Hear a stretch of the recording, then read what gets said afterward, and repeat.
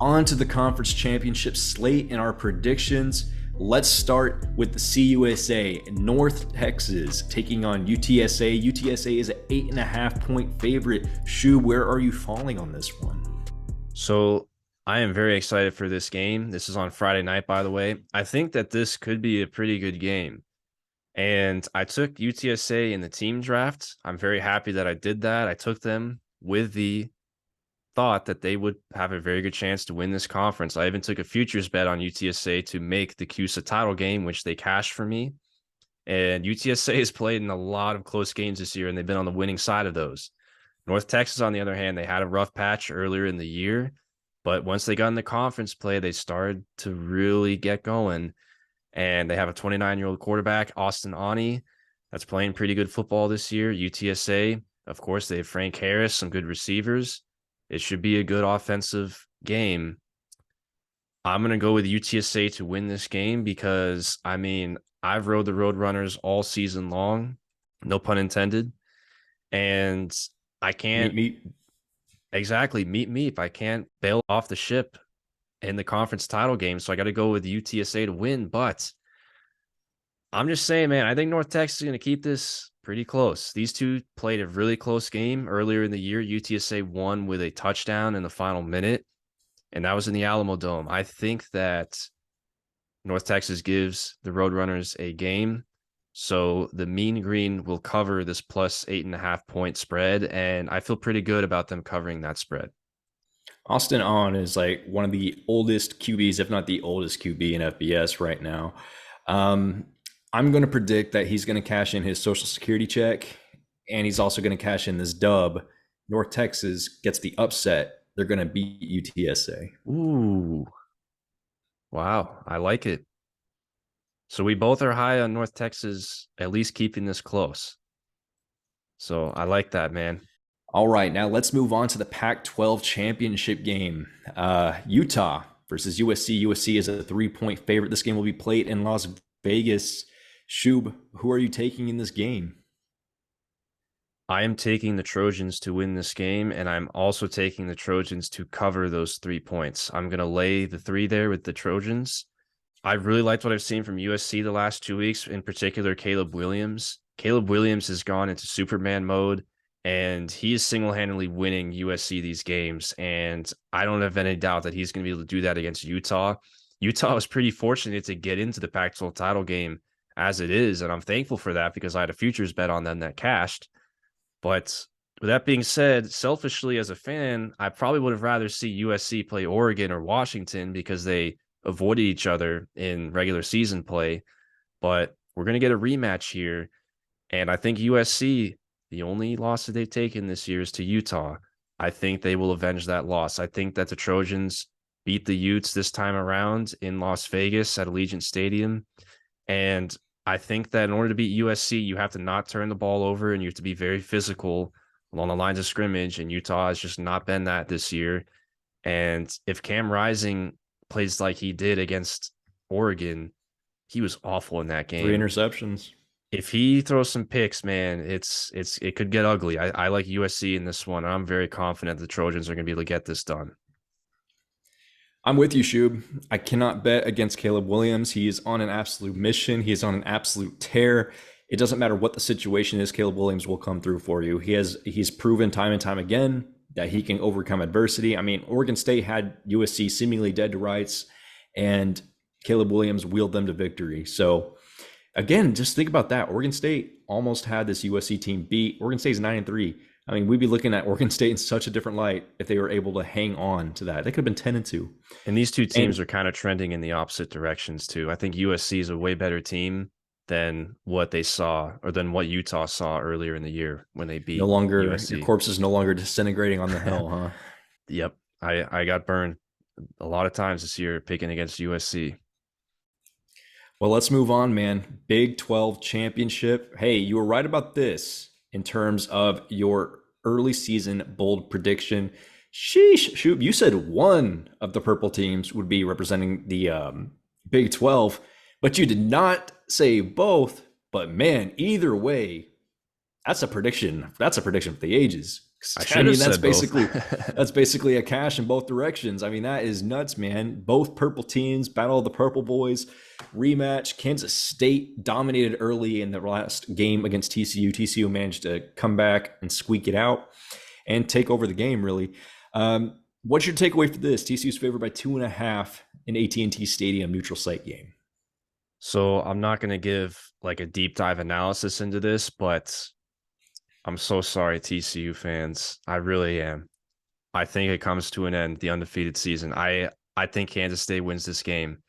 Even during that game that they played earlier in the year, TCU was kind of fortunate because Will Howard got hurt during the middle of that game, and the third string quarterback came in through an interception. And I really think that Kansas State probably would have won that game in a rematch if they'd played each other at the time.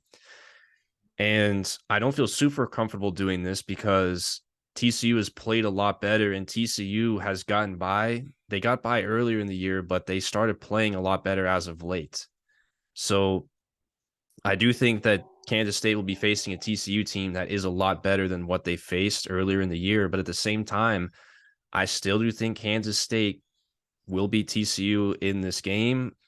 This is more of just sort of like I just kind of got that feeling.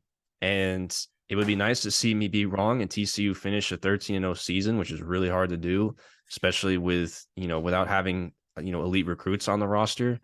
So I kind of hope I'm wrong, but I'm going to pick Kansas State to win this game, man. I think that the Wildcats get it done in Arlington. And so, I mean, this kind of goes into consideration too. Kansas State, they would be looked at in a much different light had they not lost to Tulane at home early on. They'd be 10-2 had that not been the case, and they'd be easily in the top 10 right now.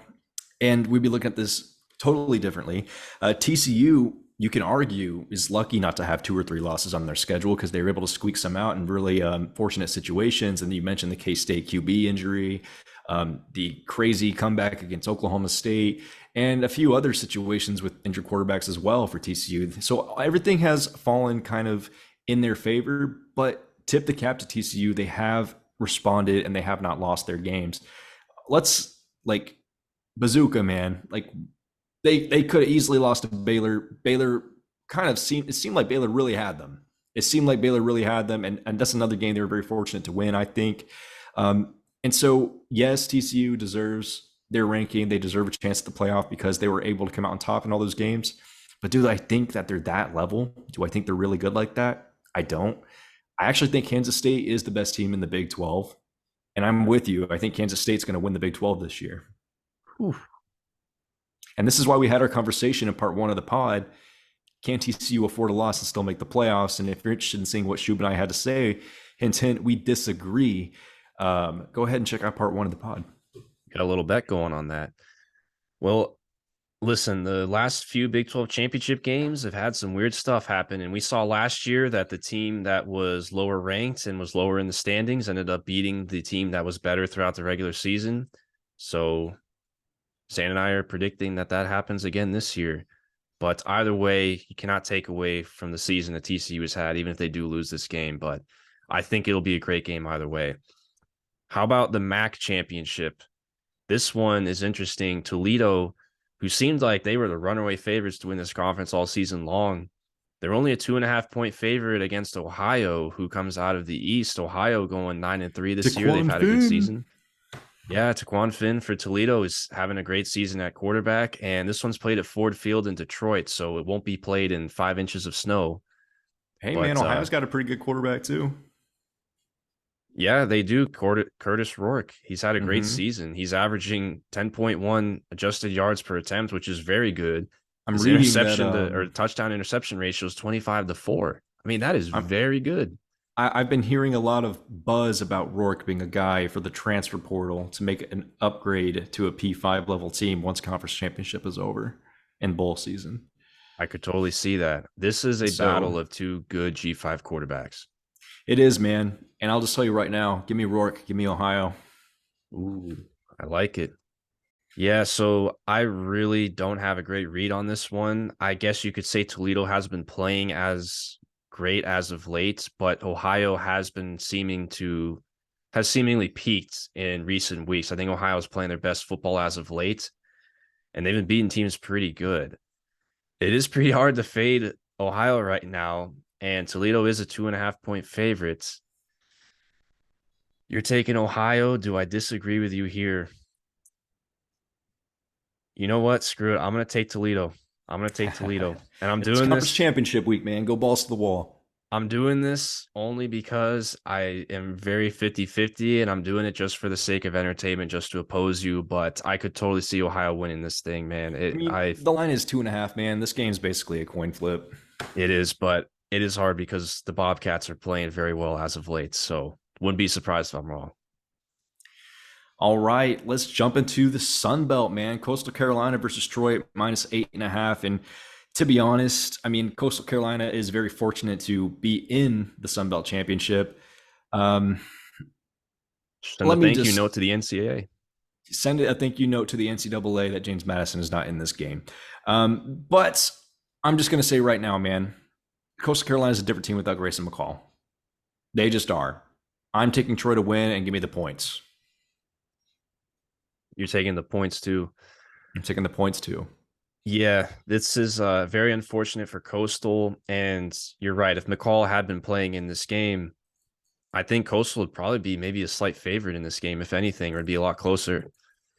So I have to pick Troy to win this game too, because I'd have to be a maniac to pick against Troy right now with Coastal not having McCall. And as far as the spread, you know what? I'm going to have to agree with you here, man. I could see Coastal bouncing back, even though they just got absolutely shellacked by James Madison last week. But the thing You is, mean the best team in the Sun Belt?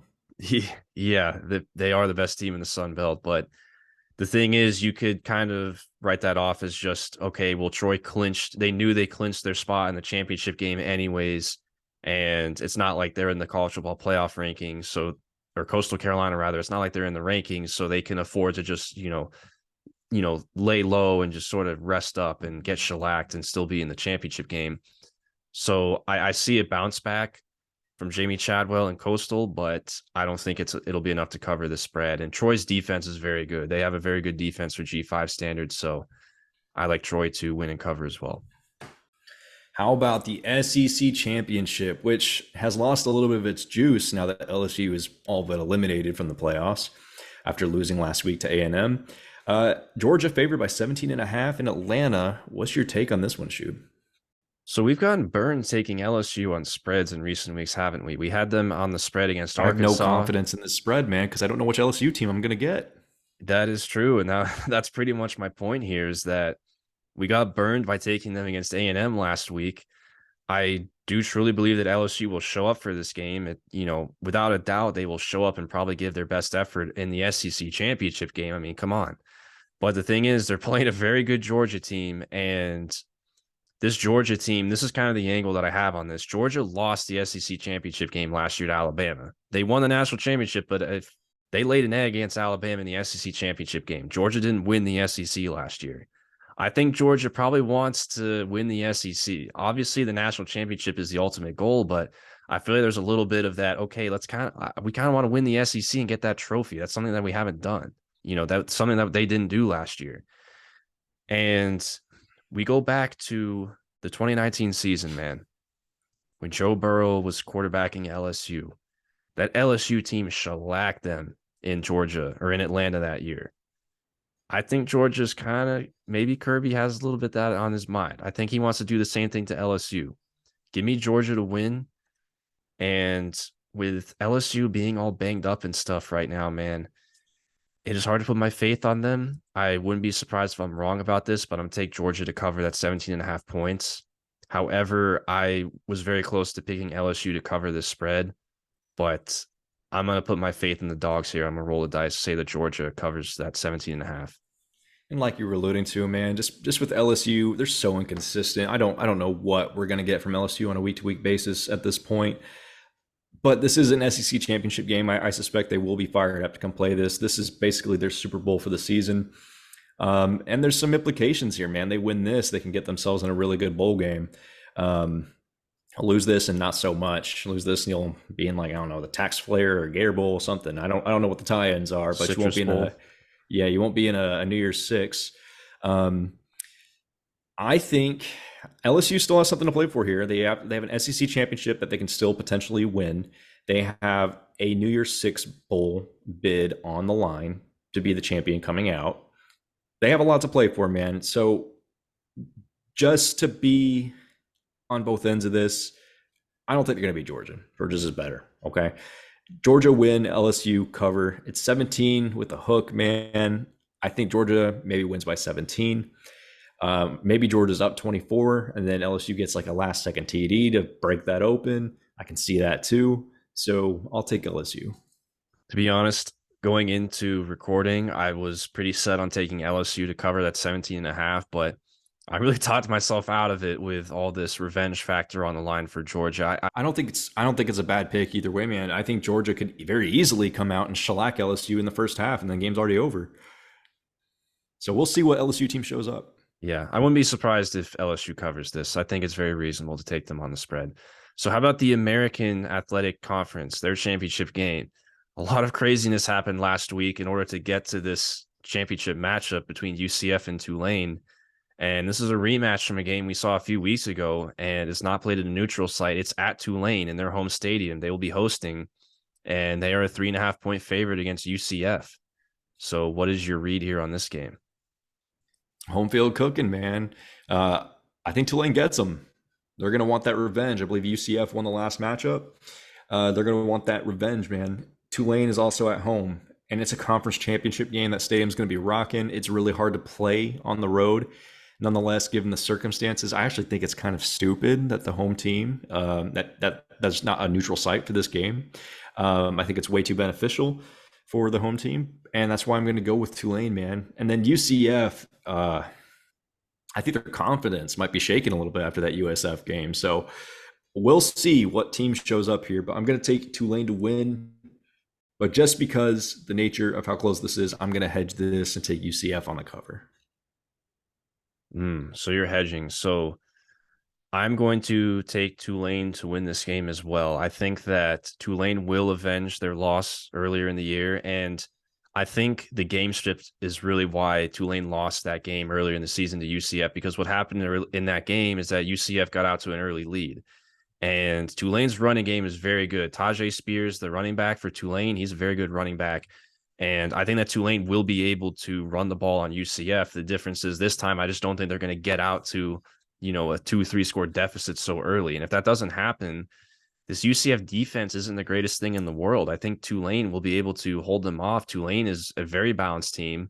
They have a top 25 defense and they're a top 35 offense. They're a very balanced team. They're at home. I think they avenge their loss here. And to your I'm going to point, take man, them. I'm going to take them point, to lay those points. I take them to cover as well. to your point, Tulane having a really strong run game. Falling behind is really early is disadvantageous because you can't utilize your best strength. So, yeah, like you're saying with game script, it really hurts you. So, Tulane's also at home, man. I really think Tulane's going to take this. I feel pretty good about that. As far as the cover is concerned, I don't know. We'll see how close of a game it ends up being. All right, let's move on to the Mountain West, man. Fresno State, Jake Haener has rebounded this team after coming back from injury and carried them back to the Mountain West championship versus Boise State. Boise State's favored -3, Shoob. What's your takeaway? I think this is a matchup of two quarterbacks that maybe one day could both be in the NFL. That's a little bit of a hot take right now, but Taylon Green's very young. He's just a freshman, but that dude has shown a lot of ability so far. He's shown a lot of raw talent so far as the quarterback for Boise State. And Boise State, ever since they made the change, going to Taylon Green instead of Bachmeier and firing their offensive coordinator, they have been on a roll. This is a team that lost to UTEP earlier in the year. And then since then, they got into conference play, they made changes, and they went a crisp 8-0 in Mountain West play. As far as Fresno State, like you just said, it's kind of eerily similar how these teams' seasons have gone. They've kind of been very lockstep with one another in the sense that Fresno State lost Jake Haener earlier in the season to injury, and then he comes back, they get in the conference play, and they go on a roll. And I think Fresno State's peaking at the right time. I think they're playing their best football. Even though this game is at Boise, this will be played on the blue turf. I'm going to roll with my team draft team here. I'm rolling with the Bulldogs. I think Jake Hayner and Fresno State pull off the minor upset here on the road, and they win the Mountain West on the blue turf and upset Boise State. So give me Fresno State to win the Mountain West. College football is a game of juniors, seniors, a game of experience outside of a few highly recruited outliers. For the most part, those are the people who are going to win you your games. And I think that's going to hold true here in the quarterback battle. Give me Fresno State due to Hayner just being more experienced and more battle tested. Interesting. I thought you were going to go with Boise. I thought this was a game that we would probably differ on.